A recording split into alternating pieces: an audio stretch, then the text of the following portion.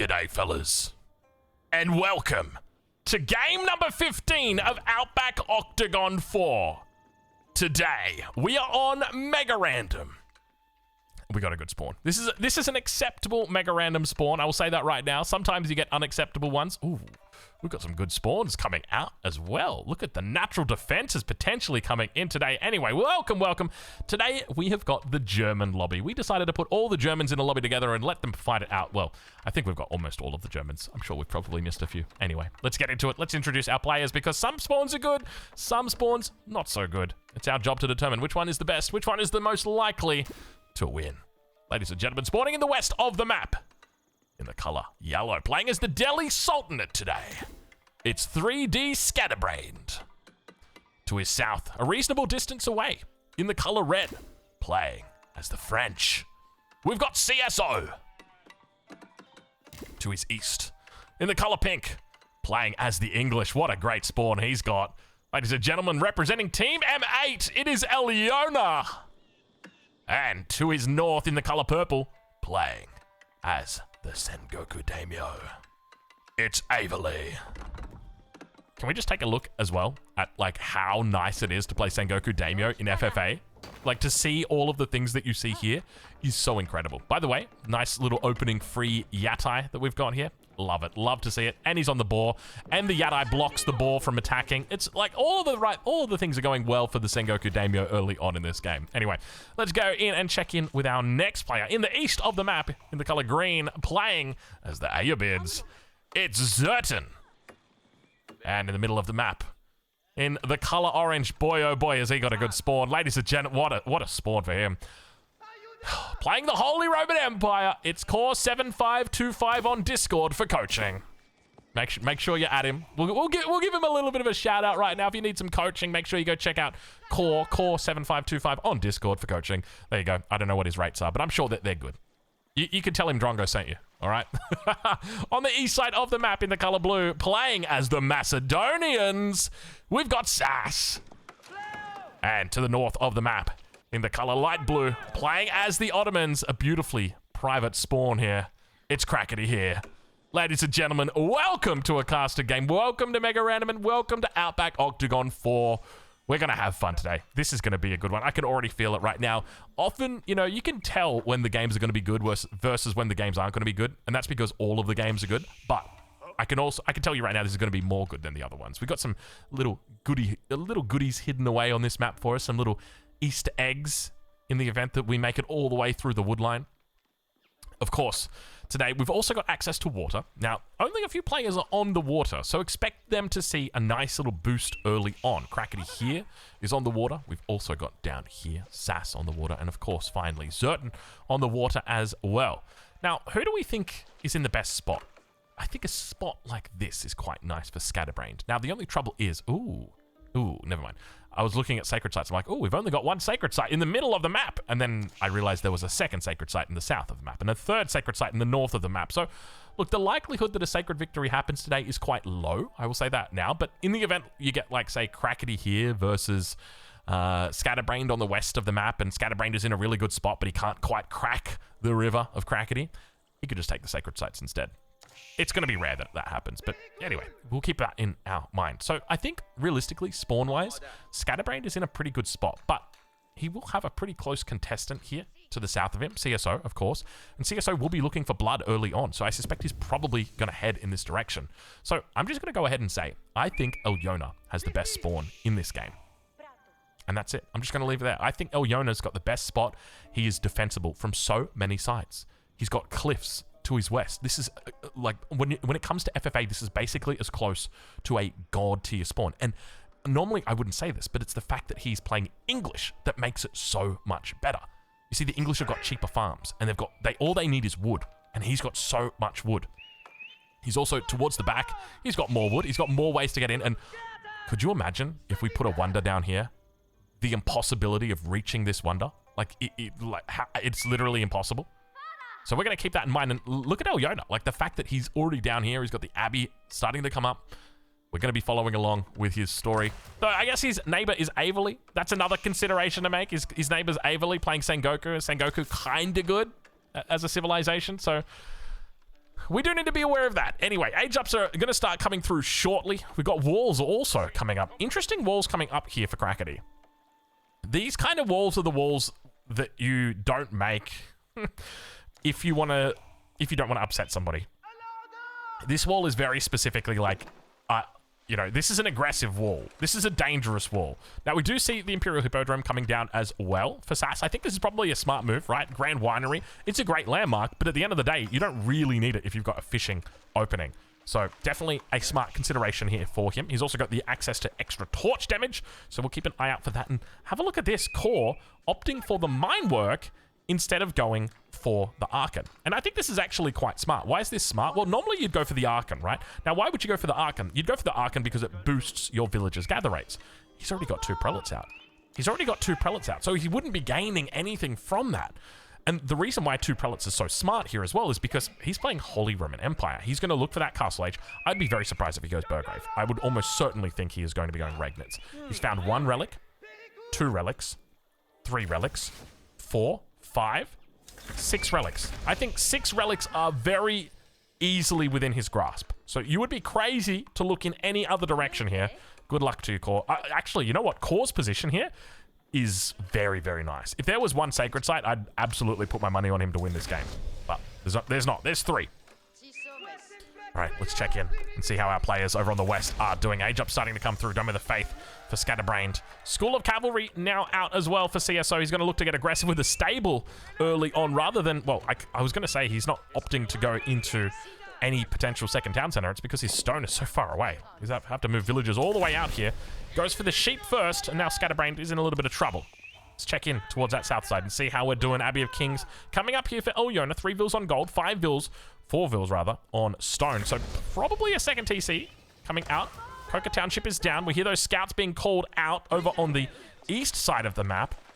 A little bit of anger between these two as the walls are coming up, and this is already a good sign. If players are walling off like this, it means, hey, I'm not interested in fighting with you.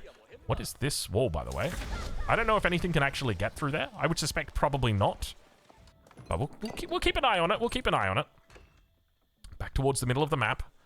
How's Core doing? Let's check in with him. See how he's doing. He's about to click up to the next stage. You can see just how competitive his timing is here. Things going very well for him. Down on the south. The king is out. He'll look to defend. Of course, I don't think from Elyona's position you really want to make enemies. I would just be looking right now. I would literally palisade wall off this whole thing and just go like 3 TCs behind this. 3 TCs into a whole bunch of knights, I think is the play. You could probably even get away with castle knights. Like, I don't even think you got to go Imperial. It's such a nice little, it's such a cozy spot. This is by far one of the coziest spots we've ever seen. And this really takes me back. Like, there is absolutely a world where you get a wonder down here in the bottom side of the map. So let's keep an eye out for that. Interesting. Oh, we managed to find the secret gold vein already. I mean, this is his only gold. That's the other thing to note. He somehow, out of all the places, out of all the spaces, this is the one that he found. Interesting decision. Another thing to note, Scout slowly working down the board, by the way. Castle Age already through for Core. Relics getting picked up. The only way I knew is because we can hear the sound of relics getting picked up here. We've got ourselves a king on villager situation as the first villager goes down. Relic now going to get picked up. Of course, not going to be thinking about doing a Wallalol. He just wants to try and inch it closer to his base. If he can make it to the Stealth Forest, he'll be happy. But there's scouts here. We now start to hear more age-ups coming. Oh, it's the Temple of Equality. This isn't that good, though. Wallalol attempt. King's just going to try and hit through it. Of course, he can't get converted. So he's just going to go down. But interesting that the Temple of Equality is coming here for Averley. I don't like this at all. I don't like Temple of Equality for the Sengoku Daimyo. It just doesn't feel good. But as I said, maybe I haven't found the correct way to play it just yet. Relic's coming back. He's already got 2 in the bag. And now 2 more coming through. And the 5th one up towards the north, which is about to get picked up. So that 6th relic that he's got over here, it's being guarded up by Ilyona. But I don't know whether Elyona's really going to be thinking about grabbing it. Meanwhile, up towards the north, rather the west, we've got ourselves just a little bit of presence. Now, as more knights begin to make their way out for CSO, interestingly, goes into the archery range as well. So could be thinking about maybe looking to take someone out in the feudal age here. Potentially move into a blacksmith. Maybe get a battering ram or 2 out. Temple of Equality almost completed here. That single relic up. There's still plenty of relics out on the map to grab here. But the truth is, you're absolutely fine with 5 relics. I tell you what, if you've got 5 relics as the Holy Roman Empire, everything else will come to you naturally. That is all you need to get your game going. Now, of course, we've seen games where there's been players that have had a few more relics than just 5. But we'll keep an eye out to see whether or not he's able to improve that. Nice little walls coming up over here on this west side as well here by Scatterbrained. More walls coming up. He's actually looking to wall off his opponent completely. Has he completely walled in? Almost completely walled in these knights. How's this relic? This relic's looking good. He's managed to steal it away, but we got ourselves Shinobi coming through. He's focusing down the villagers. He's not splitting them up. That could be 4 dead villagers. Manages, he dodges the grenades and gets all of them inside, I suspect. More of them going to be going down, and you can see just how annoying these Shinobi are. Able to do a lot of damage here, and all of those villagers did indeed survive. Back down towards the south. A king still doing work. Let's check in and see exactly how we've got Zertan doing here. First age up has come through. Second one about to arrive for him. He's looking to move into growth for a bit of an economic boost. He's on 45 villagers. Take that back. He's on 50, what is it, 52? 53. 53 villagers now. So, nice little age up for him. Drops the mosque down immediately. I don't think there's too many relics for him to worry about at this stage, but I take it back. I take it back. He's got the first relic on the way back right now. We're going to switch off Avely's perspective because I keep coming back to this because he's under attack. We're going to go down to Ilyona. I mean, he's doing a little bit of fighting. Let's check in over on that east side and see how they're doing. New walls are coming down here for Krakeny. He knows he's under a bit of pressure, so doing the right thing. Age up's coming through. MIA getting dropped down for him as well. He's playing the OG Ottomans, so keep in mind we've got the OG Ottomans up against the brand new Byzantines down here. Yatai still chilling, having a good time. King's finally called back. And how many relics do we have? We've got 1, 2, 3, 4, 5, 6. 6 relics. Sacred site also being captured. Down towards the south, we've got the Iko Iki looking to pick it up, and nobody looking like they're in danger early on here. I think, if anything, this is probably the biggest amount of danger we've got here. It's for Scatterbrained. He's got a lot of units out, though. 12 spears, which is going to be more than enough to defend against these knights for the moment. The only trouble that you've got is CSO's making archers, and the number is starting to build. Camel Lancers now coming out as well, looking to deflect these Iko Iki. Is he going to go 100% Iko Iki? Because I've tried this. I'm not a fan. He's now moving into the upgrade, so +1 attack, aura, healing. Not bad. Definitely not bad. I think if you can combo them with, like, Samurai or something, or maybe Mounted Samurai, that they could be decent. Core now about to hit Imperial Age, by the way. This is looking very good for Core. And I like the fact that he's going for the Palace of Swabia here instead of going for Elsbach. I think it makes a lot of sense in his position. If there was the single sacred site, then absolutely. You put Elsbach down right here, you stonewall that bad boy in, and you start taking it. But, of course, that's not the case. There are 3 sacred sites in this game, so it means the opportunity for victory is a lot lower when it comes to that type of strategy. But now, look at the unit number that's coming out down here for Zertan. This is a huge amount of units, and to be fair, he's got a huge amount of fishing boats out, and that's what's empowering this so much. Let's check back in from that west side and see exactly how Avely is doing, and this is part of the reason why I was thinking in my mind Ilyona's position is quite nice. Because even though you've got Avely that's towards the front, Avely's got neighbors, whereas you don't. And we now start to see walls coming up as well on this south side of the map. So very much Ilyona just wants to keep to himself, potentially hiding out. We hear the... I thought I heard crossbows firing. Perhaps I was mishearing something. Are there crossbows somewhere? Yeah, there are. Sass has got a crossbow out, but there's no way I heard the crossbow all the way across the map. That is for sure. Has he got... He's got them in queue? Yeah, he's gone for the crossbow age up. So definitely the right call here. I'm a big fan of this landmark. And we've got ourselves a Radari inside the base for the moment. A little bit of light blue on blue action. It could be difficult for us to track these two, so we'll just keep that in mind. Radari not able to really achieve much here. Down towards the south side. The first of the Daimyo estates is through, and it's going to be infantry that we've got. Now, does Avely look... Oh, I hope that Avely is able to make it to Imperial Age and actually abuse the Samurai. Because I tell you what, that might actually be very good to see. The Samurai with the Iko Iki, that could be nice, actually. Okay, so Core's gone Imperial. Palace of Swabia is now printing. He's at 51 villagers. Checking back in over on that west side. The number continues to grow here over for CSO. Now, he's obviously playing Feudal Age, single TC, up against a Delhi Sultanate player who has now reached the castle. Sorry, I take that back. He's not in the Castle Age. He's still in the Feudal Age. He's looking to play defensively, but interestingly, there are no horsemen here. I don't like this position for Scatterbrained. How does he possibly win this? I mean, all you really need to do from CSO's perspective... Oh, he's doing it. All you need to do from CSO's perspective is to drop 3 battering rams, and you should just have this. There's way too many units here for Scatterbrained to deal with. Back towards the south side, though. Iki number is climbing. Let's see. I want to see if Averley can actually make this work. He's got 17 Iki in queue. And this is something that I found, is the Iki are very slow to train. 35 seconds, you can see right here. It takes so long, and you need to have a lot of Buddhist temples to get them going. But perhaps with the fact that you've got the Koka Township to help you, maybe they can be quite nice. Iki going to make their way down. Let's see whether or not he's able to do it. As I said, I wasn't really a fan of the Temple of Equality when I tried it, but maybe he knows something that we don't.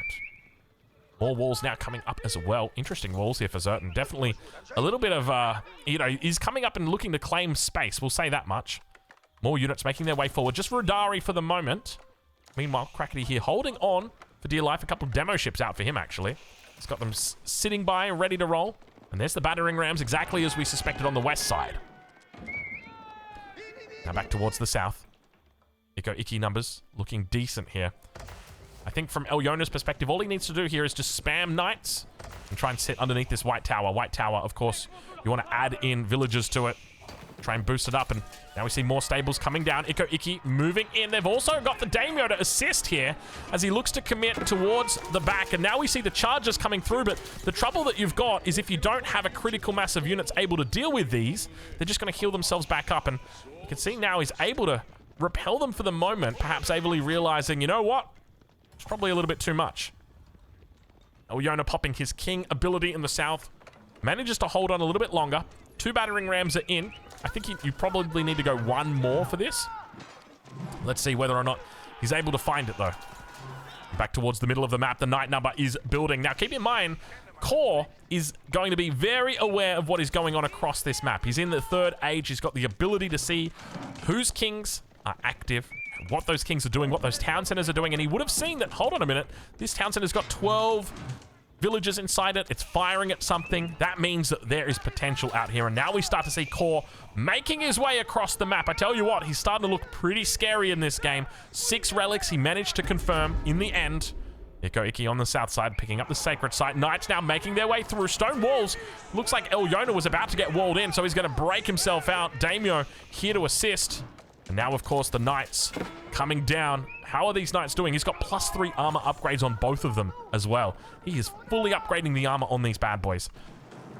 Is he looking for biology as well? I was going to say, yeah, he's looking for biology. I think he's just picked it up, actually. Yeah, it just came through. Because he's got all the relics, he's got a huge amount of gold that's in there. And look at this. He's going to bypass this attack in the north and just completely commit to taking out the town center instead. Instead of going after the active attack and trying to shut that down so we can get the king kill, he's instead just going to try and cut the Hydra off at the neck. Towards the south, the wall has been cancelled. The question's going to be whether Scatterbrained gets taken out by CSO before he gets taken out by Core. And I think he's probably going to be able to get it as well. He wants that first blood. Keep in mind, he's in the feudal age. If he can get this kill, he'll be able to do well. But the battering rams are going down. The repairs coming through. Scholars are out. The king about to be exposed. How's that doing on the south side? He's at half health here. So he's definitely left it to the last minute. And you can see these battering rams trying. The Ville's being pulled to repair. 600 health. It's just going back up. Not like this. Not like this. Iki, we check in with them on the south. He's not thinking about Imperial just yet. He's not able to do it. King's out. King is out, and first blood goes to Core. Second blood not going to be happening here, as fortunately, Scatterbrain gets saved at the last second by Core, only to subsequently be taken out by Core. Wow, I tell you what, we're at the 20-minute mark, and that means that if anyone crashes, Core, I'm looking at you, it's, well, there's no restarts at this point. He's in a good spot. He's in arguably the best spot. Core, I'm going to give you a warning right now. This is not a formal warning. This is just a warning. If you kill Scatterbrained, you will make yourself a target. You will make yourself a massive target if you do this. Because now they're going to say, hey, Core's got 2 kills. Core's got 17 relics. Core's got an army of 4,000 knights. Gotta be careful. You could have left him here just to wait and farm him eventually. Solidify that position a bit more. You know, maybe build a couple more knights. Get a few more upgrades, maybe a couple more keeps.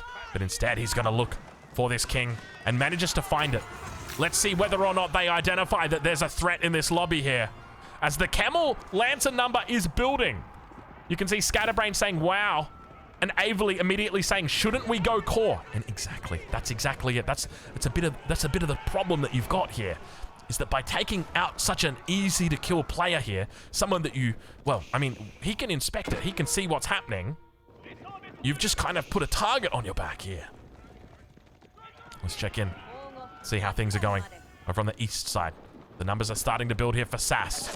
Crackety on the defense. Quite a bit of siege out for both of these players now. Springald's coming out for both of them. Looking to try and fire down upon each other. A lot of spearmen out on the side of Crackety. I don't like his position, I'll be real with you. This might be hard for him to hold. Everybody's got their own little battles that they're trying to fight here. And the reality is that Core sits here in the middle of the map, an absolute titan of this lobby. 2 kills, 6 relics, and Holy Roman Empire all the way home, up to 70 plus knights. Ikko-Ikki to the south. You can see them all healing up, refusing to die. Shinobi's vanishing. Back over towards that east side. It looks like Crackety might be in a little bit of trouble. He's down to 11 Janissaries, 9 Janissaries. He's got a Carrack that's out. Not really working too much magic. Meanwhile, Ikko-Ikki to the south, running around in circles. That wall in particular got destroyed. And now we got ourselves trouble in Paradise as well. There's a problem in this lobby, and the problem is the Core. That's a lot of units. That is a lot of units. Core is angry. Somebody is upset Core. At this point, after killing... If he kills Averly, which he will, I would almost be tempted to look to try and pick up this sacred site and just try and take out the entire lobby.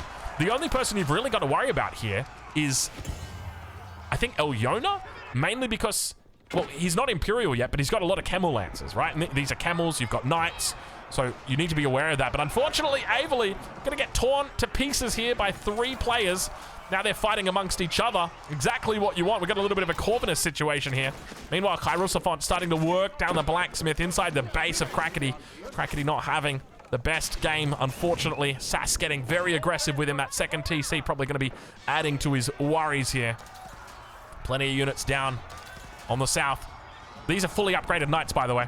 I think he's got +3 attack. Let's double check and see. It's hard because there's camels around. They've all got the camel unease. We can't actually inspect them. We'll have to check in. Yeah, he's got +3s. He's fully upgraded right now on these knights. Not a single upgrade is he dropping or lacking. And he's able to repel the camels easily. Comes back towards the town center with 4,000 health. A little bit of a delete over here. Is he looking to drop down a keep, potentially? Yeah, he's got the gold for it, or a castle, rather. But he's got the stone for it, but... Oh, he's going to try and run... He's going to try and run the king. It's not going to matter. The town center just died way too quickly. Core takes 3. He's going to kill the whole lobby. He's going to kill the whole lobby. I don't think there's any way you can contest him. Is at 217 now. And, I mean, at this point, all of them should be going for Core. Even though you're so close to killing Crackety here, this is going to take you at least another 2-3 minutes. And you know what's going to happen in 2 to 3 minutes? Another kill for Core. 1 less player to help you kill Core. And an extra kill for him. 1 less player to help you kill Core again. It looks worse and worse the longer it goes. So once again, if you're looking for coaching, Core7525 on Discord.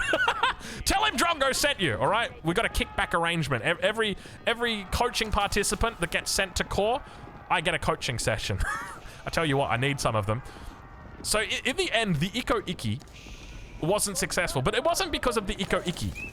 I think it was probably because of the positioning of Averly. Unfortunately, caught between a rock and 3 hard places. We now find Elyona, who we previously said had a very good spawn. Now he's going to struggle to keep it together here. Keep in mind, he's got the knights on defense. He's got the bonus of the attack speed. But is it going to be enough to outmaneuver Core? It could be.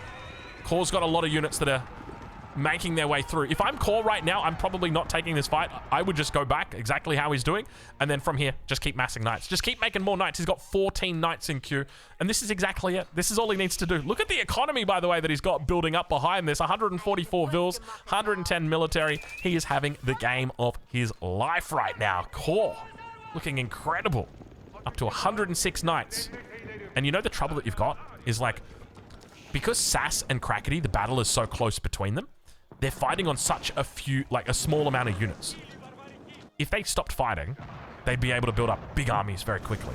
But because they're still fighting, they're constantly at each other's throats, they're just expending that army immediately. And it means that in the event the dominoes start falling, they're just going to fall so much faster. What do we got going on here? We got some torches. Has he just clicked on somebody's... Okay, he's going up to the gates. All right, Kor's decided there could be a path of easier resistance. What are they saying? Crackety's saying, no, Kor, no, get Sass instead. I don't think it matters who he gets. I think he's going to get both of you. I think you're all in trouble. There are so many knights out right now. And this is just Holy Roman Empire. Oh, this is just Holy Roman Empire, I think, has Kor's set out. Okay, and he's got himself a nice little pathway as well. This is really cool. I like this a lot. So basically, if the town center does eventually fall, he can go into this outpost. But oh, look at this, going for the outpost instead, trying to bait the emergency repairs onto this outpost instead. Kor now with a lot of units, taking a 2v1 fight over on the east, and at the same time, also looking... Oh, the king's in... No, the king's not inside. The villager's inside. Is he baiting him out by putting the king inside? Was he looking for the emergency repairs? And oh, now we've got ourselves a 2v1 on Kor. Is Kor 300? I got bad news for you. He's 350 and he's about to be 400. He is a beast. 270 population right now. And what is going on here? I think they're both looking to try and take Kor out, but they've just not really communicated or coordinated effectively. And that's kind of what you expect in FFA, right? Like, these guys aren't on Discord. And now the king, exposed, Crackety here, finally goes down, and it's going to be Kor that takes him out. Good night, sweet prince. Who's next? He is a hungry man today. Oh, boy. I tell you what, his schedule's going to be full after this game goes live on YouTube. I can tell you right now, there's going to be people from all corners of the earth asking, hey, Kor, so how did you get so many relics? What's the secret to building outposts? These are the questions that remain unanswered in my mind. I'll have to talk about it later with him. Transport ship? Nope, not going to happen. There's no docks. And you can see, once again, Kor's going to spot out. Kor's, I mean, it feels like he's just farming people at this point. He's farming the easy AIs. Next. I think he's going to get a full clear. I think he might actually get a full clear in this game. I think he's going to kill every single player in this game, which is insane when you think about it. Because he got first blood, and then he got second blood, and then he got third. We knew it was going to happen. I'm not that scared. Then he got third blood, and then fourth, and then fifth. He's at 450. Even if they work together to take him down, which they obviously should, I don't know. You know, one thing that he's missing, I will say it right now, stone walls. I feel like you should absolutely, like, stone wall across here, little stone wall across the front, you know, start stone walling over at the side here. Just, oh, he's switching into Raxus as well. Okay, all right, looking to mix it up a bit. At 150 knights, he said, you know what? Maybe that's enough cavalry for now. Let's maybe make some infantry. Nah, come on, Kor. Yeah, he's switching up into spears. Honestly, smart choice against the Camel Lancers. That totally makes sense. Because the reality is these guys do not mess around, right? Like, you've got that Camel unease that you've got to deal with, and that's really what hurts you. So now Kor beginning to mass up, and I mean, this is just the reality. The longer that you wait, the worse this is going to get. Yona, he needs to max out. They need to look for a fight. They need to fight together. The other thing that you've got that's difficult is that they're both on the same side of Kor, which means that it's very easy for Kor to bounce between them as he's defending. If we think about it, right, if you've got one player that's attacking from the west and one player attacking from the east, if you want to defend the east player, you have to move your army over there, and then if the west starts attacking you, you've got to bounce back over that side. Whereas here, he can very easily just look to flex, very quickly bounce between them, and now spots out the king, sees them all in these little locations. Of course, we've got the king secretly hidden away here. Ville's going to start going down on this stone outcropping. Potential snipe attempt coming in. A little bit of an attack, something back here. So he's definitely got the ability to keep this king safe, at least for the moment, but I would like a little bit more security on this if I was real with you. Probably, at the very least, if we... You know what? He could just do landmarks. He could totally just do landmarks if he wanted to. Knight number looking decent here for Yona. He's got the bombards out. We can hear them behind. Single bombard for the moment. How many knights? 154. 154 knights. Making their way towards the landmarks. He's not even going to go for the king. He's just going to go for the landmarks. I mean, at this point, he doesn't need to go for the kings. That's what you got to remember. He doesn't need the kings. He's got enough population. He's sitting at 450 population. My lord, somebody stop him. Somebody stop the Holy Roman Empire. There's so many units. He's going to get a full clear. He's actually... Is this our first full clear in Outback Octagon history? I think this may be a historic game. This may be the first time we're seeing a player kill an entire lobby. Unless there is magic in the last minute. Good luck with this many elite spearmen back here. Core potentially clears this entire lobby by himself. Now he's losing a lot of units down here. What are we talking about? He's at 90 knights. He's down from 154 to 90. And to be fair, Zertin is somewhat holding. Core down to 350. Economically, he's at 178. I mean, it's not over just yet.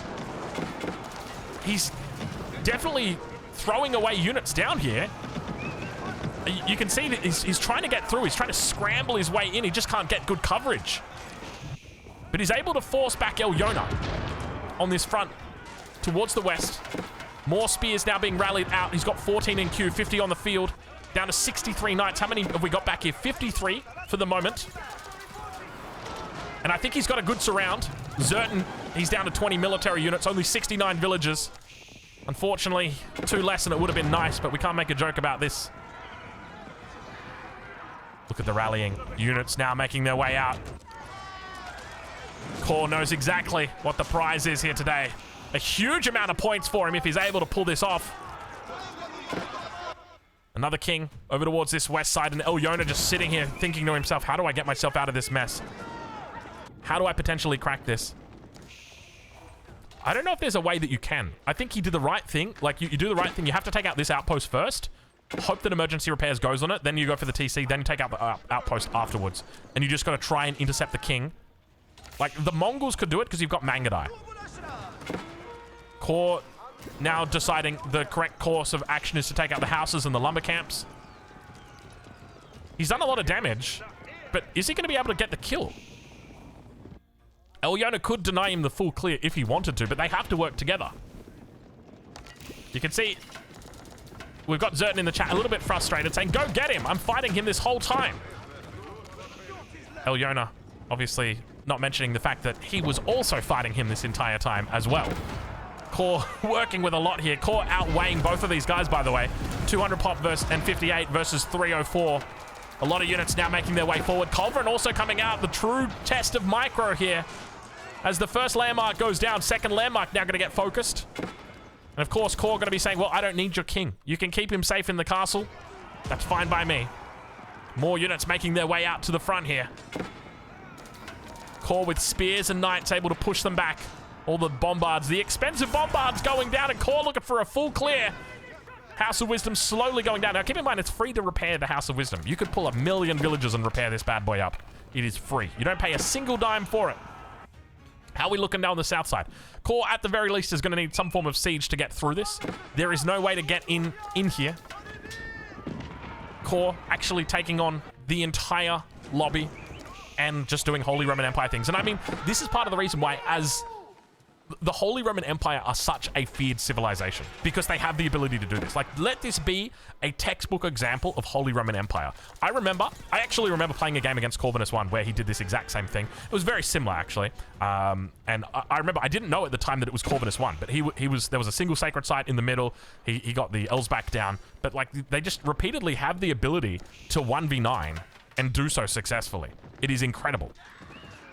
Core, now, unable to get the final killing blow, but he's definitely built up quite a bit of units on this north side. Villager count at 207 now. And keep in mind, the synergy here with the Swabia is incredible. Normally, once you hit 130 vills with Swabia, you can just kind of give up. Or not give up, right? But like, you know what I mean? There's no real use to it. But here, it's the gift that keeps on giving. You're sitting at 450 max pop. You can just keep going all day, baby. Core now pushing forward. Big army of spears.